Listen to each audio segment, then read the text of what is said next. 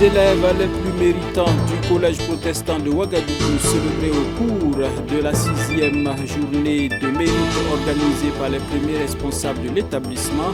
Et puis c'est parti pour l'examen du BTS 2023. 2231 candidats sont à l'assaut de ce diplôme de technicien. Dames et messieurs, ce sont là les titres de cette édition. Bonsoir et bienvenue. Le collège protestant de Ouagadougou célèbre l'excellence au cours de sa 6e journée du mérite. Les élèves qui se sont distingués par leur travail durant l'année scolaire 2022-2023 ont été récompensés en présence des premiers responsables de l'Église et des Assemblées de Dieu du Burkina Faso. Le reportage est signé Delphine Banissi et Xavier Ouedraogo. Comme Ipene Bado, ils sont les mains chargés de présent. Eux, ce sont les élèves les plus méritants du collège protestant de Ouagadougou et du collège privé protestant de Ouagadougou qui se sont distingués par leur travail au cours de l'année scolaire 2022-2023. Ça n'a pas été simple, mais avec l'appui des professeurs, les exercices qu'ils nous donnaient, on a pu s'exercer et puis élever notre niveau afin d'avoir ces résultats en fin d'année. C'est un sentiment de joie, de satisfaction en vue de tout ce que j'ai reçu. J'ai reçu un sac, un ordinateur, une tablette avec des fournitures scolaires. C'est une journée de reconnaissance de mérite dans le travail et dans la conduite qui a aussi eu pour objectif de stimuler les élèves de toutes les classes confondues à redoubler d'efforts dans le travail. Et notre objectif surtout, c'est que cette journée du mérite-là serve d'émulation. Il faut que d'autres élèves, les autres élèves qui voient ça disent « Bon, je ferai tout pour avoir une très bonne moyenne pour que l'année prochaine, moi aussi, je sois honoré. » Et nous profitons aussi, évidemment, comme nous sommes un établissement privé confessionnel, pour rendre grâce à Dieu pour ce qu'il fait au sein de notre établissement. Et les enseignants, comme je le dis toujours, ont donné du meilleur d'eux-mêmes. Comme je le dis toujours au Collège protestant de Ouagadougou, les enseignants que nous avons, qui sont pour la plupart des évangéliques, travaillent à l'image de Jésus-Christ. C'est-à-dire que ce sont des enseignants qui se donnent totalement et ils aiment ce qu'ils font. Et je crois que c'est ce qui produit les résultats que nous avons. Une journée de mérite saluée à sa juste valeur par le président de la jeunesse de l'Église des Assemblées de Dieu, parrain de la présente édition. C'est une bonne initiative et parce qu'on voit qu'on arrive à orienter ou à motiver les élèves et tous ceux-là qui ont vu cela, l'année prochaine, ils vont s'atteler à travailler bien en classe et avoir de bonnes notes et réussir à l'examen. Nous souhaitons d'ailleurs qu'ils aillent de mieux en mieux parce qu'avec le Seigneur, on ne recule jamais, on avance toujours. Le collège protestant créé par le missionnaire Pierre Dupré fonctionne sous la tutelle de l'Église des Assemblées de Dieu du Burkina Faso et le président du bureau exécutif n'a pas manqué de relever l'importance du travail abattu au CPE qui associe éducation intellectuelle et spirituelle. Ici, tout est possible à celui qui croit. Le fondateur de cet établissement, Pierre Dupré, a fait sonner cette phrase depuis fort longtemps. Et vous pouvez voir ça sur les écriteaux. Tout est possible à celui qui croit. Si vous rentrez dans cet établissement et vous croyez qu'il y a un Dieu vivant et vous croyez à son soutien, vous allez sortir victorieux. Je voudrais, par ma voix, au nom de l'Église nationale des Assemblées de Dieu, encourager le directeur Kalkundo Emmanuel et tous ses collègues, ses collaborateurs, tous ceux qui interviennent ici pour la bonne marche de cet établissement. L'Église compte sur vous et l'Église vous soutient dans nos prières pour que cet établissement continue d'être un établissement phare dans notre pays. Pour cette 6e édition de la Journée du Mérite, le CPE a récompensé les 3 meilleurs de chaque classe de la 6e à la terminale, également les meilleurs au BEPC et au baccalauréat. Sacs, fournitures scolaires, bicyclettes, téléphones portables, tablettes, ordinateurs sont entre autres les lots des meilleurs.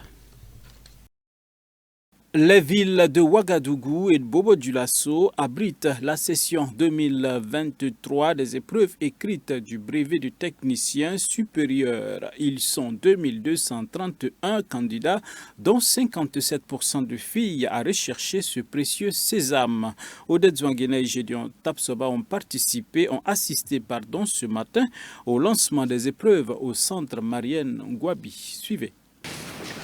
Nous sommes là ce matin pour le début des épreuves de l'examen du BTS. Ils sont 1143 candidats à répondre à l'appel au centre de composition Marienne Ngouabi pour prendre part aux épreuves écrites du brevet des techniciens supérieurs BTS 2023. Et c'est le secrétaire général du ministère de l'Enseignement supérieur, de la Recherche et de l'Innovation, le professeur Samuel Paré, qui procède ainsi au lancement officiel. Pour un effectif de plus de 2200, avec plus de 57% de filles, vous voyez que les tendances s'inversent. Cela montre que le BTS d'État est un diplôme, est une activité qu'il faut maintenir. Parce que les candidats qui sortiront sont déjà prêts à l'emploi, que ce soit dans le domaine tertiaire ou que ce soit dans le domaine industriel. Dans ce contexte difficile, donc, c'est simplement dire aux candidats, vu le travail que les uns et les autres ont fait, que ce soit les encadreurs, que ce soit l'université Nazi Boni, que ce soit les chefs de centre, que ce soit les présidents de jury, ils n'ont qu'à composer dans la sérénité. C'est là aussi un message que nous donnons, que malgré la diversité dans notre pays, nous savons tenir dans la résilience, nous savons continuer pour que nous puissions avoir des capacités, des ressources qui pourront être employées pour le développement de notre nation. Au jury 11 du centre Marienne Ngouabi, la sérénité et l'espoir sont au rendez-vous. Candidats et examinateurs se disent prêts.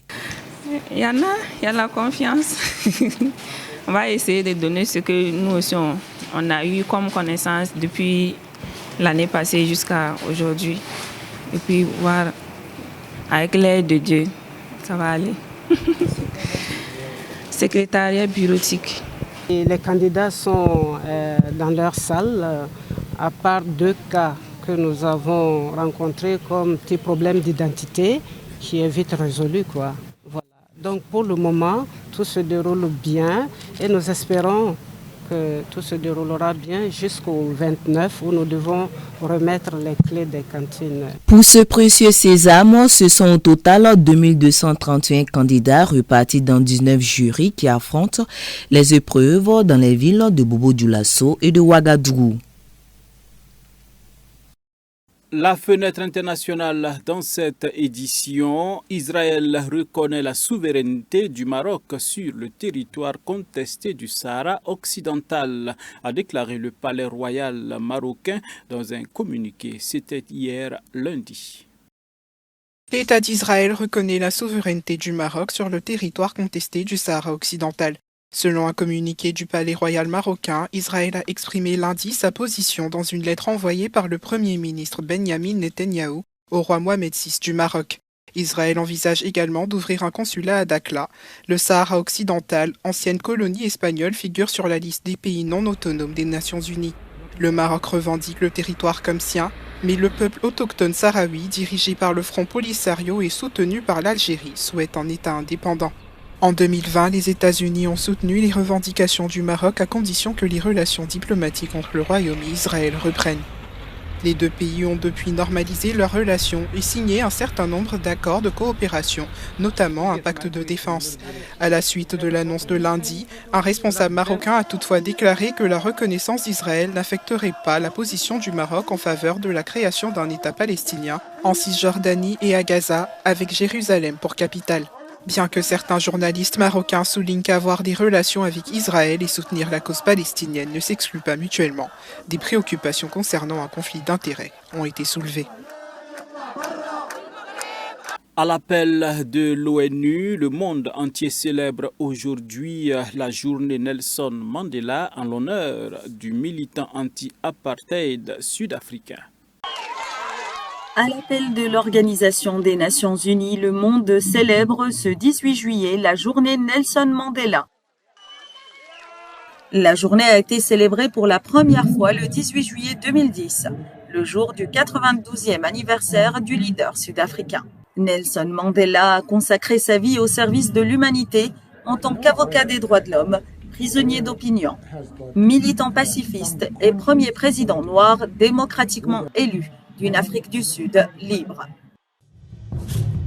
Today, President Mandela takes office in Pretoria.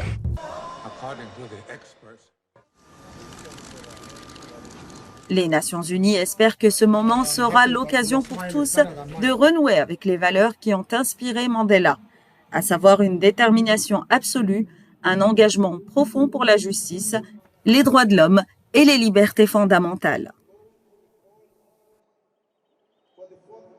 Dernier élément de ce journal, nous nous rendons en Grèce où la forêt est en feu.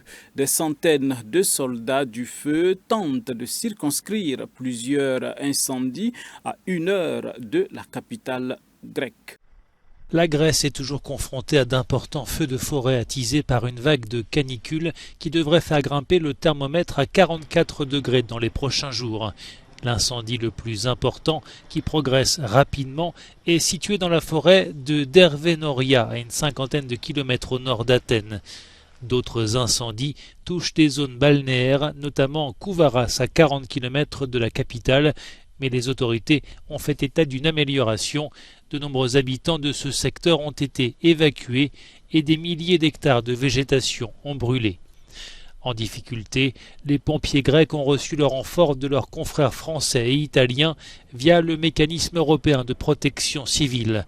Paris, notamment, devait envoyer ce mardi 2 Canadair, un avion de reconnaissance et 18 personnels de la sécurité civile.